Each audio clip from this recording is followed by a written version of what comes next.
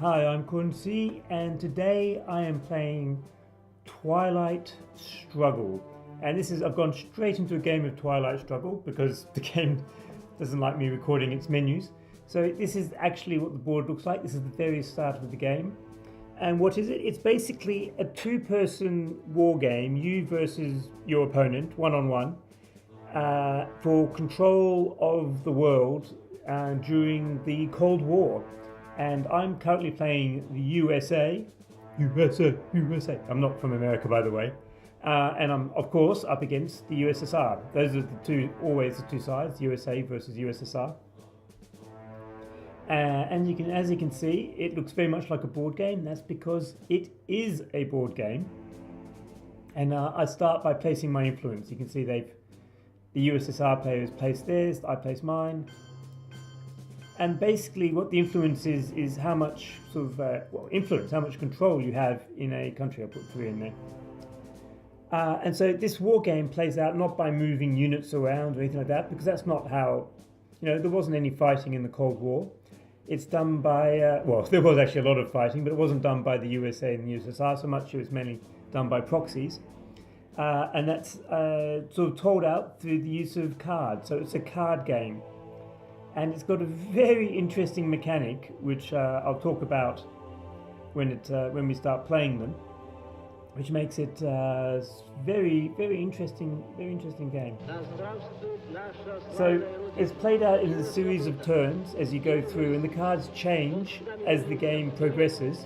The idea being that it talks about events that happened in that sort of stage of the war. So we're in the early Cold War at the very beginning.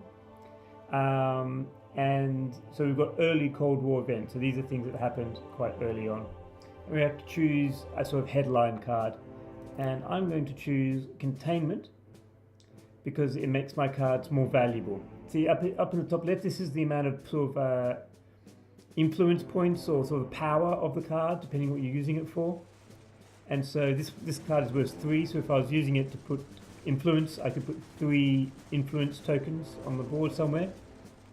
But now with this card, all my others are going to be worth 4. So actually that's the one I'm going to pick, so I'm going to headline that one. And they're going to do nuclear test ban, so they get some points and I get bonus stuff. And the USSR always goes first, which is quite annoying. And so this game has got a lot of options. This is, as you can see up in the top right, the USSR player, not Russia, USSR player is still thinking. And then we can click here. This is the sort of game. There's six turns each. Sorry, 1, 2, 3, 4, 5, 6, 7, 8, 9, 10 turns. And in the first turn, which is win, we play 6 cards. That's what it is. And then 6 cards in the next turn and so on.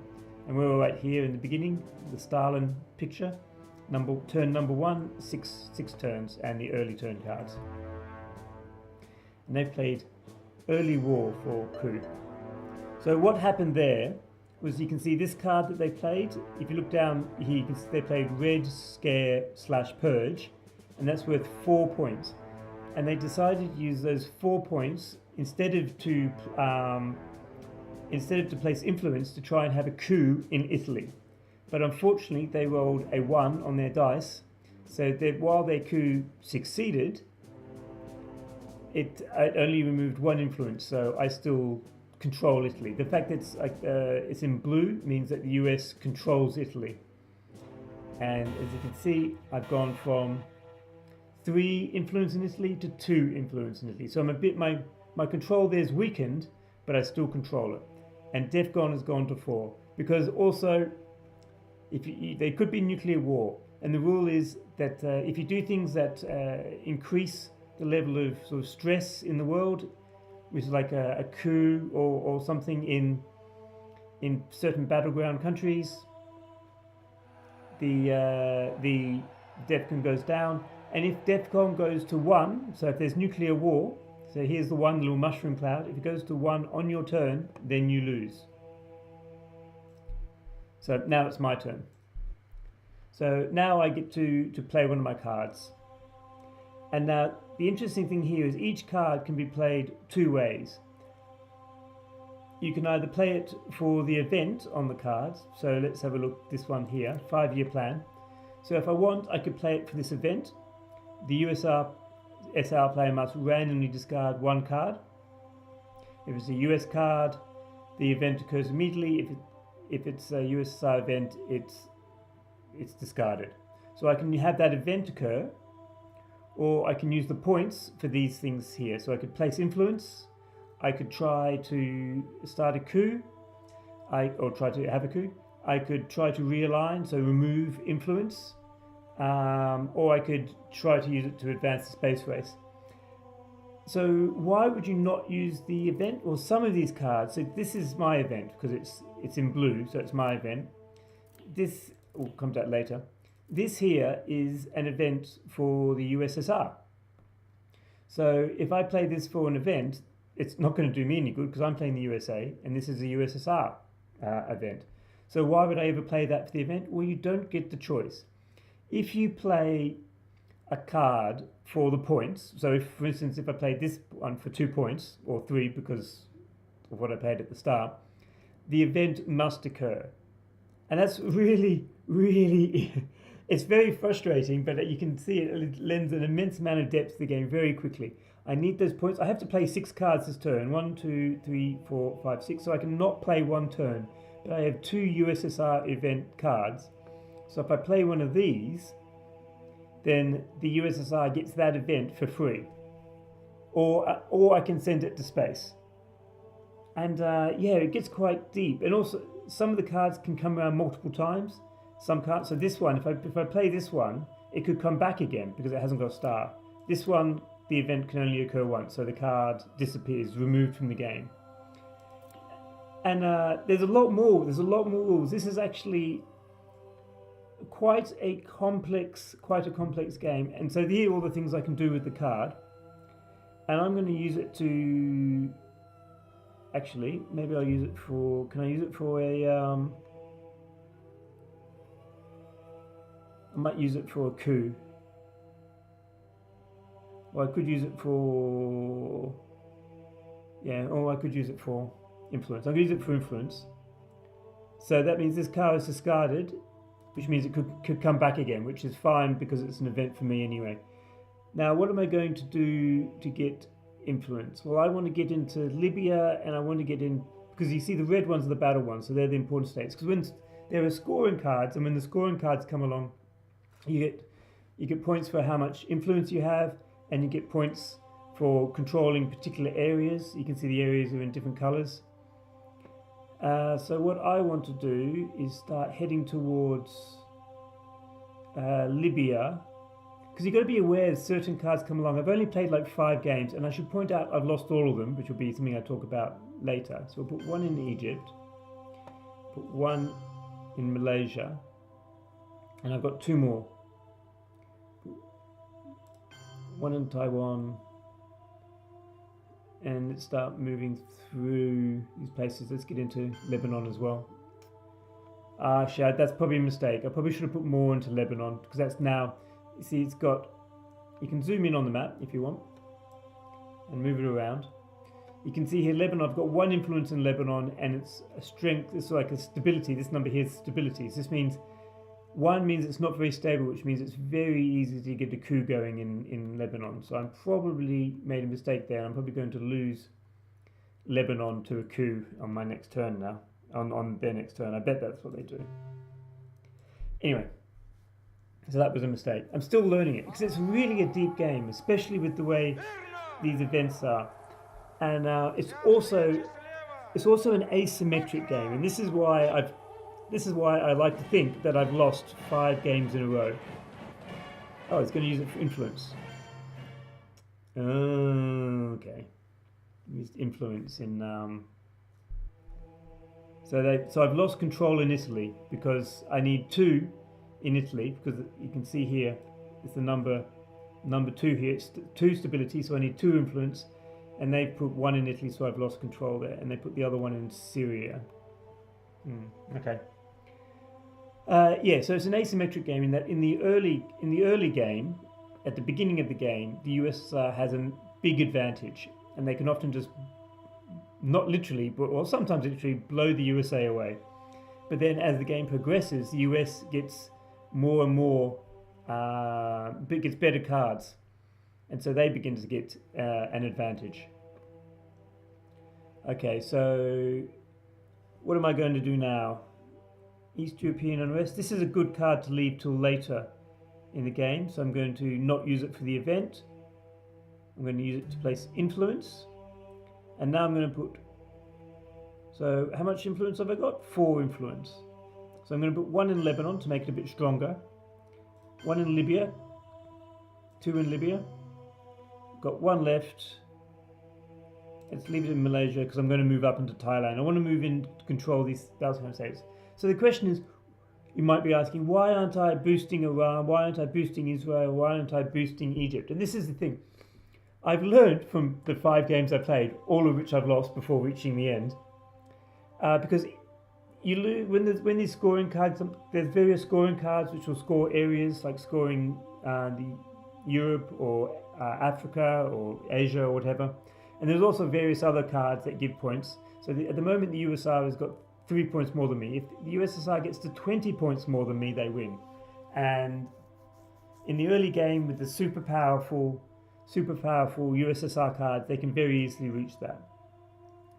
And that does me, we'll let the USSR think about it while I talk. So I've learned from experience that their powers cards are so powerful that there's no point going into Israel, or especially no point going to Egypt, because they've got cards that can wipe me out in both those countries. And I've forgotten to, because I'm too busy talking, I've forgotten to put influence in Europe. That was dumb. Okay, so what are we going to do now? I think the next step is to perhaps start a coup. Maybe in Syria. Yeah, so they're going to have events that are so good that I do not want to build up in certain countries because I'm just going to lose in those countries anyway. So I'm going to, basically, Egypt is lost to me. There's going to be a card that's almost certainly going to give Egypt to the USSR. So no point in building up too strongly. I just wanted to build up in Libya so I can move back in. Similarly, Cuba is almost certainly going to go to the USSR in the early war. This is a game which is super hard and unforgiving to the beginner, especially if you're playing the USSA, because you absolutely have to know all the, let's attempt a coup. You have to know all the cards before you can have a decent chance of getting anywhere. I lost the tutorial. I played the tutorial and I lost it. That's how rough this game is. So here I can take Syria on a 5 or a 6 or the roll of a 6-sided dice. So let's roll it. And well, I haven't got control there, but I've taken control from them. You see it's gone. Yeah, so it's a very deep game, but it's an incredibly unforgiving game for a beginner. You have to be prepared to lose a huge amount if you want to play this game, because there's tons and tons of rules. And you have to know all the sort of intricacies of the cards and what cards are going to be coming and what they're going to be doing. And it is super rough on a beginner. As I said, 5 games in. Each game I played between 30 minutes and an hour. I haven't even reached the end. I haven't managed to survive long enough to get to the end without losing by the 20-point rule. And yeah, it is tough. So if you want to play this for fun, you better be prepared to lose a lot, or you'd better be prepared to put a lot of time and effort in. It reminds me, I think I'm already blown this game. Look, they've got control in Spain. I've lost control in Italy. I've been too busy talking, although Middle East is still quite good for me. And I'm still doing okay in Asia. So, I mean, it's not awful for me. What does this card do? In one uncontrolled card in Europe. Oh, I should have done that to get rid of them in Italy or something. Yeah, so let's play an event, because let's invade Pakistan and see if I can take it. So if I roll a 5 or a 6, then I will control Pakistan. If I roll anything else, then it was a waste of effort. So let's roll the dice. Literally roll the dice. See how I go. Hey, hey, how about that? How about that? I've taken Pakistan. Got a nice little bulwark against them moving into Asia now. Yeah, this is it was considered on Board Game Geek, one of the best board games. Ooh. So I can see what they've got. Oh, they've got Defectors. That's a good card for me. Not so good for them. Korean War. So I guess we've got the Korean War coming soon. And see, this is the card NASA. This is why I didn't go into Egypt. Basically, I'm going to lose control in Egypt, so why bother? And then Korean War, I'm going to lose South Korea, which is why I wasn't building up in South Korea. Yeah, okay. So I'm going to lose Egypt and South Korea probably if they play those 2 events, which they probably will. And Defectors, they'll probably leave or send it to space or something like that. Okay, that's what I'll do next. I'll show you the space race. Because this is not a proper game. Oh, what's this? Oh, I get to play a one-op operation. So should we attempt a coup? Can I attempt a coup in? No, I can't attempt a coup there. I can attempt a coup here. That won't work very well though. So let's not do that. Let's cancel that. No, cancel that.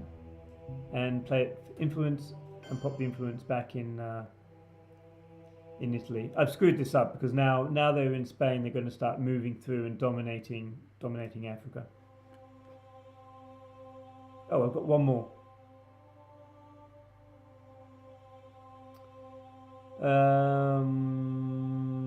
Where should I put one more influence? Can I put? No, I can't put it in there because I've lost Spain. Let's start building up Lebanon before they can get a really good coup going. Yeah, it's a very deep game, and as I said, it was very highly ranked. I think it was the #1 game on Board Game Geek for years and years because it is very deep, and you can see that you could really coup. Where's the coup going to be? But they didn't get it. Tough luck. Tough luck, USSR. Your coup failed. So what would make sense for me now is to do a coup, to do a counter coup, do a coup in Vietnam. Yeah, I'll show you because I'll do their event. So I'll trigger their event, so they get 2 there, and then I'll attempt a coup in the same place. Oh, it's not letting me do a coup. No. Well, let's do a coup here then. No, that's not a very good coup. Let's not do that one. Where else can I do a coup? Can I do a coup here? Yeah, I can do a coup. That's the one I just looked at. Oh, that's the only one I can do. I can't do it. Oh, I can't do Asia because at DEFCON 3 you can't do realignments in Asia. So, alright, so let's trigger the event. Let them put it there. And then place influence. I can place 3 influence. Let's place.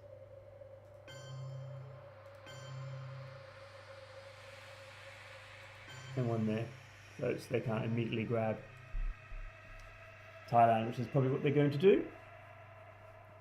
Immediately grab. Yep, they're immediately going to grab Thailand. So that was not really paying proper attention to this game. Yeah, so it's a really deep game. You can play online, you can play against the AI, which is what I've done so far, and it is super, super tough. Let's show you sending stuff to space. So if you dump cards on Space Race, then they're discarded, and you get a chance to move up the rankings in Space Race, which I failed to do. And that's the end of the turn. So I lose my containment cards, they lose their Vietnam revolts, and we get recharge our cards. and we go again, and you keep going like that, and hopefully you don't get completely swamped by the USSR. So yeah, it's a very deep game, but you've got to be prepared to lose a lot. I mean, it's really unforgiving to the beginner. The AI, the artificial intelligence opponent, there's only one setting, and it is destroy the your opponent. As a beginner, you lose a huge amount. It's really rough on beginners. As I said, I played 5 games. I mean, I played these sort of similar sort of strategy games before, but this is super hard. This one, and yeah, yeah, you've got to be prepared. You've got to be prepared to lose a lot to just to learn the game. I think it's probably a bit like chess. Imagine if you were playing chess against the computer at the start, and there's only one level, and it's like not a great level. It's not like super hard, but it's like a level that a beginner is going to lose chess against for a long time until they get better. That's the sort of level it starts at. It's pretty rough. It's unforgiving. You can play online. If you had a friend to play against, that's probably a much better way to start playing the game. To play with someone who's equally as clueless as you. If you go up against someone who's a little bit better, I think it's going to be quite noticeable until you reach the point of understanding the cards, and then it's probably a bit easier on everyone. Because once you know all the cards, then you can start learning how things are going to react, and it probably evens out a lot at that stage. But there's a lot of cards to learn and memorize, so you better if you want to play, you better start learning. But having said that, it is quite a deep strategy game. Just you've got to put in a lot of effort. Anyway, so that's my review of Twilight Struggle, a board game that really makes a one-on-one war game that really makes you think, requires a lot of effort to get even moderately good at. You have to be prepared to work at it. But if you are, I get the feeling this is going to be quite a deep game. How much more effort I'm going to put into it? Probably a bit more. I'll play a few more, see if I can get past. I want to win at least one. I'm bloody minded enough that I'm going to keep playing until I win at least one game, and then I am going to make a decision. But the only problem being, you can save games and come back to them later. So you've at least got that. Okay, so that's Twilight Struggle. Thanks for listening. Goodbye.